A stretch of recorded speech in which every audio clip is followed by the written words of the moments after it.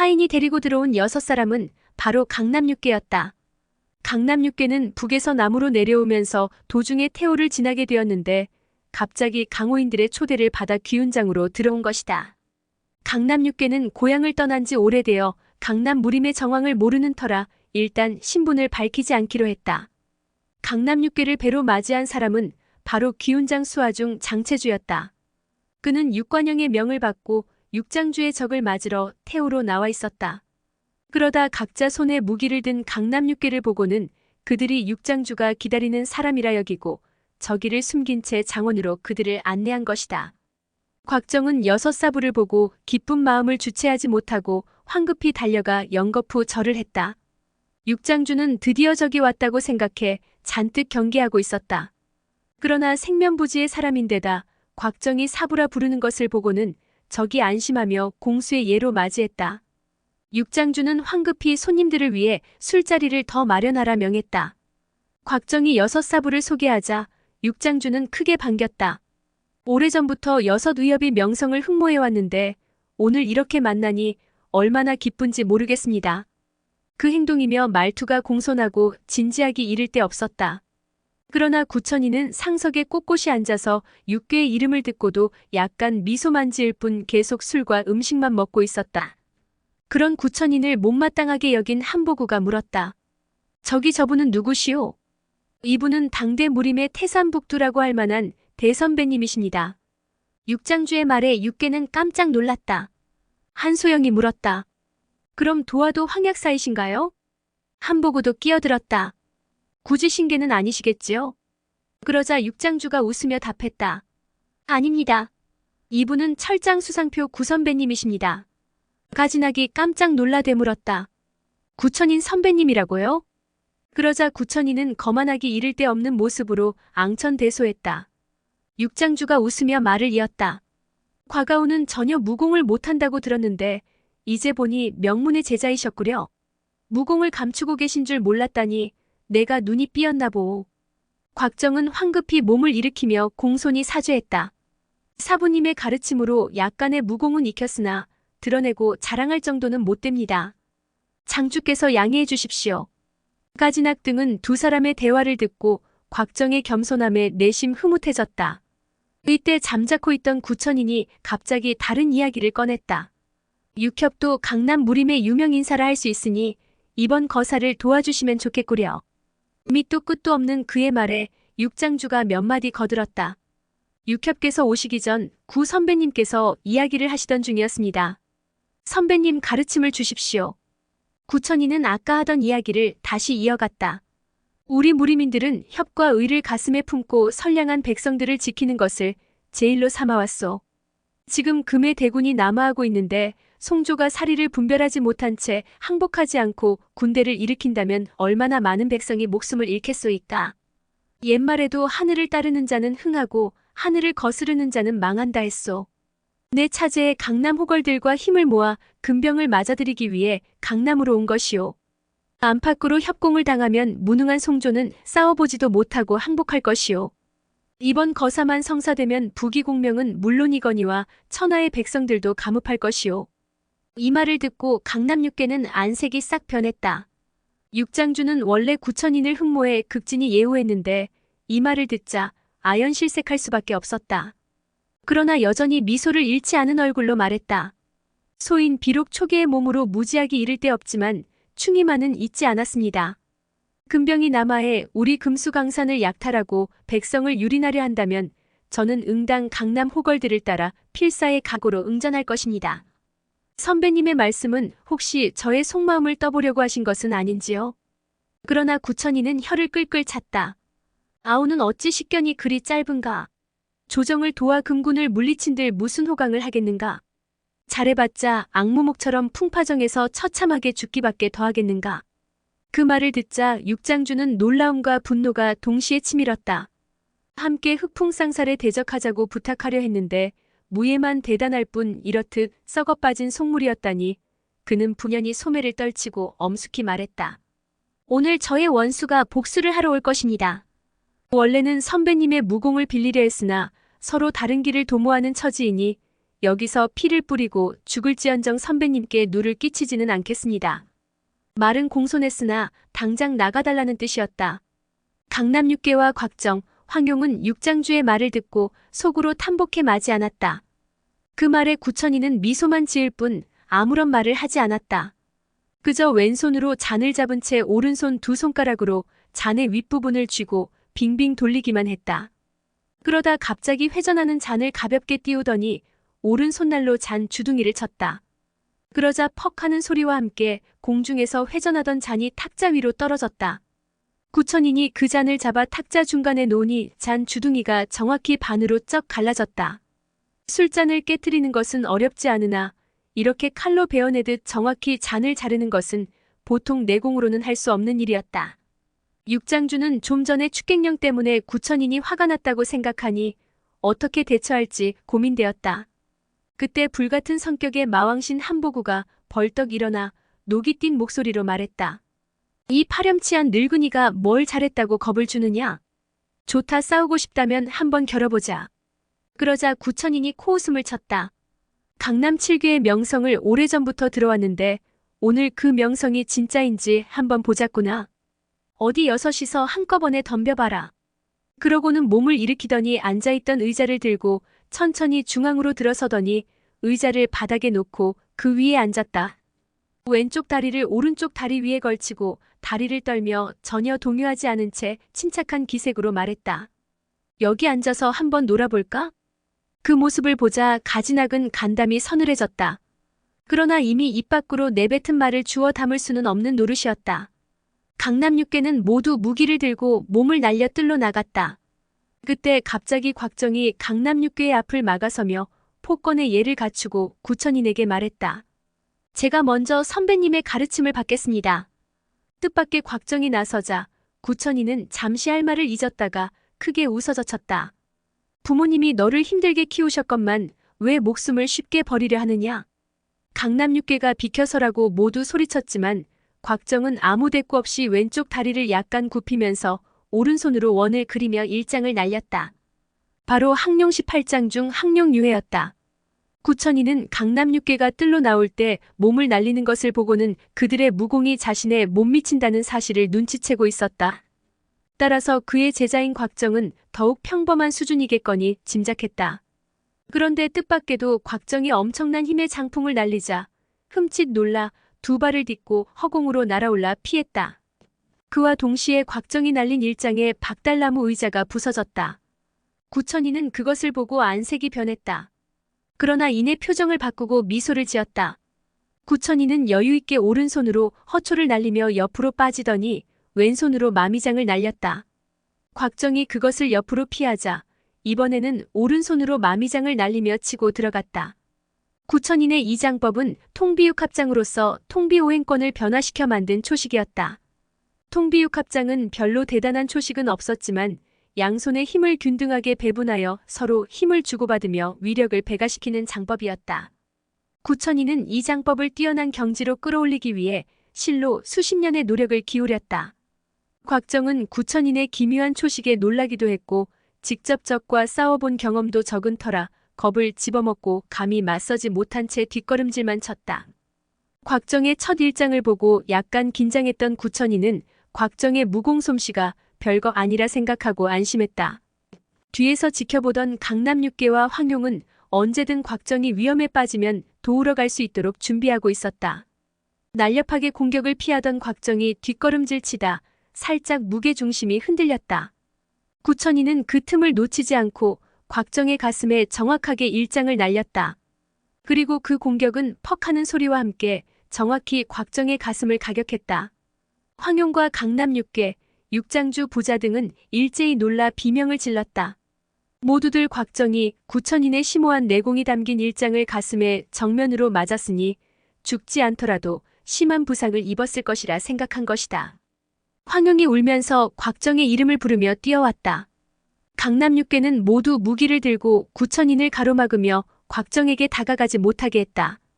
그런데 정작 곽정은 어안이 벙벙한 채 멍하니 서 있기만 했다. 구천인의 일장을 가슴에 맞았을 때만 해도 곽정 역시 크게 놀랐다. 그런데 이상하게도 가슴에 별다른 통증이 느껴지지 않아서 당황했다. 황용이 그런 곽정을 보며 괜찮냐고 물었다. 곽정은 괜찮다고 황용을 안심시키고는 강남육계를 헤집고 나가 구천인에게 말했다. 철장 어르신, 다시 한번 나를 쳐보시오. 곽정의 말에 모두가 대경실색했다. 특히나 구천인은 분노하여 다시 한번 전력을 다해 일장을 날렸다. 퍽하는 소리와 함께 곽정은 가슴에 다시 일장을 맞았다. 그러나 곽정은 고통스러워하기는커녕 앙천대소했다. 용아, 이제 보니 이 노인의 무공은 별것 아니었어. 곽정은 말을 마치자마자 왼손을 횡으로 휘저으며 구천인 곁으로 다가갔다. 내 일장도 받으시오. 구천인이 오른팔을 들어올려 곽정의 왼손을 막는 순간 곽정은 오른손으로 구천인의 가슴을 강타했다. 그러자 구천인의 몸이 종이장처럼 문 밖으로 나가 떨어졌다. 그 모습을 보고 모두가 경탄의 소리를 내질렀다. 그때 어디선가 갑자기 한 사람이 나타났다. 그 사람은 대뜸 손으로 구천인의 옷깃을 움켜잡고 큰 걸음으로 성큼 걸어오더니 땅에 구천인을 털썩 내려놓고 우뚝 섰다. 그 사람은 바로 철씨 매초풍이었다. 그리고 그녀의 뒤에 푸른 옷을 입은 괴인이 뒤따르고 있었다. 두 눈동자는 미동도 없고 얼굴 근육은 목석 같은 것이 마치 죽은 사람의 머리를 산 사람의 몸에 붙여놓은 듯했다. 그를 보자마자 모두가 오싹하여 등에 식은땀이 흘러내렸다. 사람들은 감히 그 괴인의 눈을 똑바로 마주치지 못하고 바로 고개를 돌려버렸다. 한편 완한강은 사부를 보자 기뻐하며 달려나가 절을 했다. 모두가 두 사람이 사부와 제자로 호칭하는 것을 이상하게 여기고 있는데 육장주가 폭건에 예를 올리며 매초풍에게 말했다. 매사저, 20년 만에 다시 뵙는군요. 진사형은 평안하십니까? 강남육계와 곽정은 육장주가 매초풍을 사저로 호칭하자 어안이 벙벙해 서로를 쳐다보았다. 가지낙은 함정에 빠졌다는 생각에 등골이 오싹했다. 그러나 황용은 가만히 고개를 끄덕였다. 역시 짐작대로 육장주는 도화도 출신이었다. 매초풍이 냉랭하게 말했다. 말을 하는 자는 육승풍. 육사제인가? 그렇습니다. 사저는 별거 없으십니까? 뭐가 별거 없다는 말이냐? 네 눈에 내 두 눈이 먼 게 안 보이느냐? 게다가 진사형은 벌써 죽임을 당했다. 이제 속이 시원하냐? 육승풍은 놀라면서도 한편으로는 안도의 한숨을 쉬었다. 강적이 하나 사라진 데다 남은 한 사람마저 눈이 멀었다니 다행이다 싶은 마음이 들었다. 비록 지금은 원수지간이기는 하나 한때는 동문이었던 두 사람이었다. 누가 진사형을 죽인 겁니까? 복수는 하셨습니까? 지금 그놈들을 찾고 있는 중이다. 제가 작은 힘이나마 보태고 싶습니다. 우리 문화의 사람을 죽였으니 먼저 문중의 원수를 갚고 난 다음 우리 두 사람의 빚을 청산합시다. 그 말에 매초풍이 콧방귀를 뀌었다. 그때 성질 급한 한보구가 앞으로 나서며 크게 소리쳤다. 매초풍, 너의 원수가 바로 여기 있다. 한보구는 말을 마치고 바로 매초풍에게 달려가려 했으나 전금발이 황급히 손을 뻗어 그를 말렸다. 매초풍은 한보구의 목소리를 듣고 잠시 멍해 있더니 이내 그의 정체를 알아차리고 떨리는 목소리로 물었다. 네 놈이 어떻게 여기 있는 것이냐? 그러면서 온몸의 관절이 콩복듯 우두둑거리기 시작했다. 구천이는 곽정의 일장에 가슴을 맞고 그 충격에 정신을 못 차리다 이제야 점차 통증이 가라앉는지 입을 열었다. 복수는 무슨 복수를 한단 말이냐? 자기 사부가 죽임을 당했는데도 모르고 있다니? 그러고도 같은 문파의 제자라 할 수 있단 말이냐? 갑작스러운 구천인의 말에 모두 어리둥절해하는데 매초풍이 손을 뻗어 그의 손목을 으스러져라 꽉 잡고 소리쳤다. 그게 무슨 말이냐? 구천인은 매초풍의 손아귀 힘에 뼈가 부서지는 것 같았다. 구천인이 손을 놓으라고 소리쳤지만 매초풍은 아랑곳하지 않고 다시 물었다. 그게 무슨 말이냐고 물었다. 그러자 구천인이 단호한 어조로 대답했다. 도화도주 황약사는 이미 살해당했다. 그 말에 육승풍이 놀라 소리쳤다. 그 말이 사실이오? 구천인이 냉소를 지으며 육승풍에게 답했다. 내가 왜 거짓말을 하겠소? 황약사는 왕중양 문화 전진 7자의 협공에 당해 죽었소. 이 말을 듣자 매초풍과 육승풍은 그 자리에 털썩 무릎을 꿇으며 서럽게 통곡하기 시작했다. 그야말로 청천벽력 같은 소식이 아닐 수 없었다. 황용은 신음소리를 내며 그대로 기절해버렸다. 절세 무공을 지닌 황약사가 살해되었다니 모두가 반신반의했지만 전진칠자의 협공으로 당했다는 말에 믿지 않을 수가 없었다. 곽정은 황용을 부축하며 정신 차리라고 연신 소리를 질렀다. 황용은 얼굴이 창백해지더니 숨도 약해졌다. 그런 황용을 보며 곽정은 어쩔 줄 몰라 하며 사부들을 불렀다. 주총이 다가와 황용의 혈도를 몇 번 문질러주니 황용은 천천히 의식을 되찾았다. 깨어난 황용은 큰 소리로 아버지를 부르며 울부짖기 시작했다. 육승풍은 황용의 갑작스러운 울부짖음에 의아해하다 곧 그 이유를 깨달았다. 비통한 심정으로 통곡하던 육승풍은 매초풍을 향해 질타했다. 이게 모두 당신 때문이오. 당신이 사부님을 죽게 만들었소. 매초풍. 당신이 사부님의 구음진경을 훔쳐가지만 않았어도 사부님이 크게 노하셔서 우리 제자들 4명의 다리를 모두 분지르고 도화도에서 내쫓지는 않았을 것이오. 우리만 도화도에 있었던들 어찌 사부님이 그런 해를 입으셨겠소. 내 이 한을 어찌한단 말이오. 육승풍의 질타에 매초풍이 냉담하게 말했다. 예전부터 기백이 없더니 지금도 그 모양이구나. 걸핏하면 사람을 보내 우리 부부를 괴롭혀서 갈 곳도 없게 만들더니 니놈 때문에 우리는 몽고 사막에서 변을 당한 것이다. 지금도 어떻게 사부님의 복수를 갚을까 궁리하지는 않고 질질 짜면서 다 지난 일로 나와 싸울 생각이나 하다니 이런 한심한 놈. 그때 냉정히 상황을 살피던 주총이 구천인 앞으로 가서 그의 옷에 묻은 흙먼지를 털어주면서 말했다. 제자가 무지의 실례를 저질렀으니 선배님이 용서하십시오. 그러자 구천이는 오히려 역정을 내며 되받았다. 내가 늙고 눈이 어두워서 실수를 한 것뿐이다. 이번은 그만하면 됐고 다음에 다시 겨루자. 그러자 주총이 웃으며 그의 어깨를 가볍게 툭 치고 왼손을 한번 잡았다. 선배님의 무공은 높고 강하기 이를 데 없는데 다시 겨룰 필요가 있겠습니까? 그러면서 방긋 웃으며 탁자로 가서 자리에 앉더니 왼손으로 술잔을 꽉 쥔 채 오른손 2손가락으로 잔 주둥이를 쥐고 잔을 빙빙 돌렸다. 그러다 갑자기 손날로 잔을 쳤는데 퍽 하는 소리와 함께 술잔이 공중을 날아가다 탁자 위로 떨어지더니 정확히 반으로 2동강이 나 있었다. 그 수법이 구천인이 했던 것과 완전히 똑같아 모두가 놀라 입이 떡 벌어졌다. 주총이 웃으며 말했다. 노 선배님의 무공이 너무나 대단해 이 후배가 훔쳤습니다. 용서해 주십시오. 그 말에 구천인의 낯빛이 싹 변했다. 주총이 곽정을 불렀다.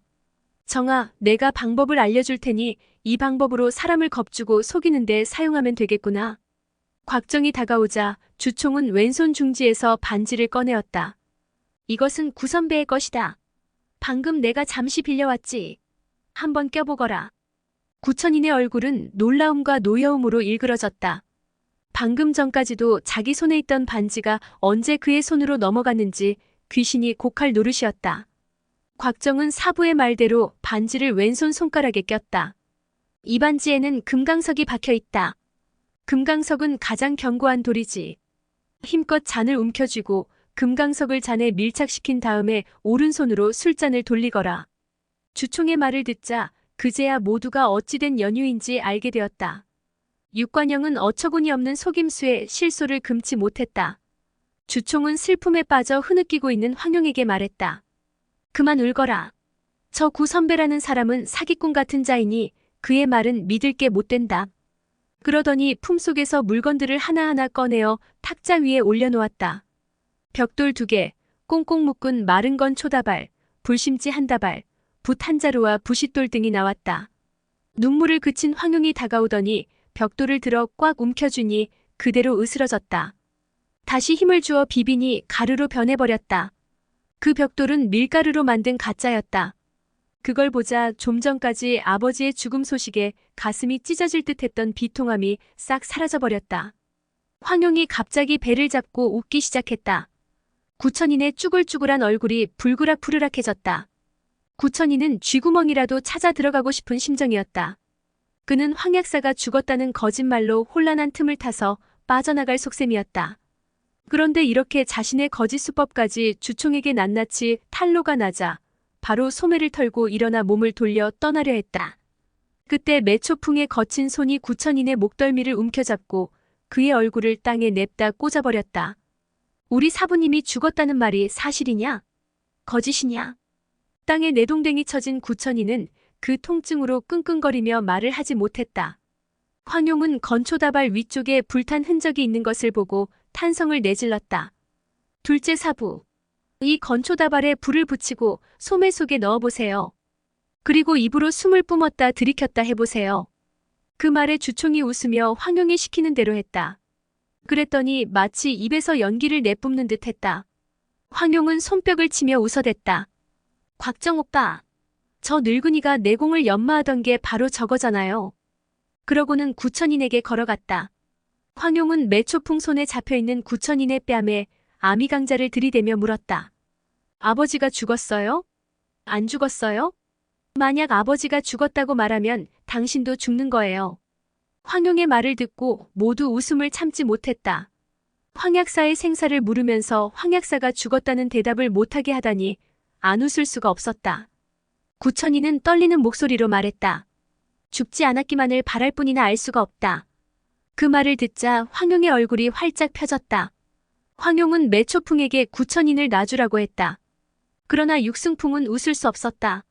황용의 생각은 단지 희망일 뿐 아직은 진실 여부를 알 수가 없었기 때문이다. 육승풍이 구천인을 다그쳤다. 사부가 전진칠자에게 살해되었다고 했는데 당신이 직접 본 것이오? 아니면 들은 것이오? 그러자 구천인이 마지못해 대답했다. 나도 들은 얘기네. 누가 그런 말을 했소? 구천인은 잠시 신음하더니 대답했다. 홍칠공이네. 그러자 황용이 황급히 물었다. 언제 들었어요? 한 달 전이다. 칠공이 어디에서 말했어요? 태산 정상에서 나와 대결을 했는데 나에게 패한 그가 그 일을 얘기해 주었다. 그러자 황용이 배꼽을 잡고 웃으며 왼손으로 구천인의 멱살을 잡더니 오른손으로 그의 아래턱 수염을 잡아당기며 말했다. 칠공이 당신처럼 멍청한 늙은이한테 졌다고. 어디서 개소리야? 매사저. 육사형. 이 늙은이의 헛소리는 들을 필요 없어요. 한 달 전에 홍칠공은 분명 나와 곽정 오빠하고 함께 있었어요. 곽정 오빠, 다시 한 방 먹여줘요. 그 말에 곽정이 구천인 앞으로 걸어갔다. 그러자 구천이는 놀라서 허둥지둥 도망치다가 문 앞에 매초풍이 지키고 서자 다시 방향을 바꾸어 달아났다. 그런데 마침 육관영이 앞을 막고 있다가 구천인에게 밀려 두 사람은 함께 떼굴떼굴 굴러 넘어지고 말았다. 구천인이 비록 세상을 속여 허명을 얻기는 했지만 그래도 육관영에게 가로막힐 실력은 아니었다. 하지만 구천인은 겁먹은 강아지처럼 허둥거리기만 할 뿐이었다. 황용은 구천인 앞으로 다가가 그를 내려다보며 물었다. 머리에 철독을 쥐고 물 위를 걷던데 그건 어떻게 한 거죠? 그러자 구천인이 황용을 올려다보며 답했다. 그것은 내 동문의 경공이다. 그래서 내 벼로가 철장 수상표 아니더냐? 그것이 바로 물 위를 가볍게 걸을 수 있는 수상표다.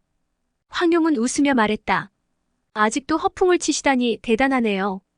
그러자 구천인이 버럭 화를 냈다. 내가 늙어서 무공이 예전만 못해졌지만 경공술만큼은 아직 쓸만하다. 황용이 밖을 가리키며 말했다. 좋아요. 그럼 바깥들에 큰 금붕어들이 있는 연못이 있던데 당신의 수상표를 한번 보여주세요. 그러자 구천인이 당황하여 기어들어가는 목소리로 말했다. 그깟 연못에서 어떻게 무공을 한단 말이냐? 그러나 그의 말이 채 끝나기도 전에 눈앞이 번쩍하더니 다리 한쪽이 누군가에게 잡히면서 몸이 거꾸로 매달렸다. 매초풍이 소리쳤다. 죽을 때도 입이 살아있나 보자. 매초풍은 동룡은 편을 꺼내 그를 허공에 매달고 황용이 말한 방향으로 휙 던져버렸다. 그러자 구천이는 풍덩하는 소리와 함께 큰 연못 속으로 빠졌다. 황용은 연못으로 다가가 아미강자를 번쩍이며 말했다. 말하지 않으면 영원히 그곳에서 못 나올 거예요. 구천이는 양발을 버둥거리며 연못 바닥을 딛고 서려다 황용의 아미강자의 어깨를 살짝 찔리고는 다시 고꾸라졌다. 물이 뚝뚝 떨어지는 머리를 밖으로 삐죽 내밀고는 괴로운 표정으로 겨우 말을 꺼냈다. 그 독은 얇은 철로 만든 거야. 독입구를 막고 그 위에 3촌 정도 물을 넣었어. 그리고 내가 건넜던 강은 말이야. 먼저 강바닥에 말뚝을 박아 놓았는데 수면에서 5촌 정도 잠기도록 했기 때문에 밖에서는 볼 수 없었던 거야. 실로 허무할 정도로 간단한 속임수였다. 황용은 박장대소하며 더 이상 그를 상대하지 않고 일행들이 있는 곳으로 돌아왔다. 구천이는 그 틈에 얼른 연못에서 나와 고개를 숙이고 황급히 도망가 버렸다. 오늘의 영상은 여기까지입니다. 영상이 도움이 되셨다면 구독과 좋아요, 알람 설정 부탁드립니다. 시청해주셔서 감사합니다.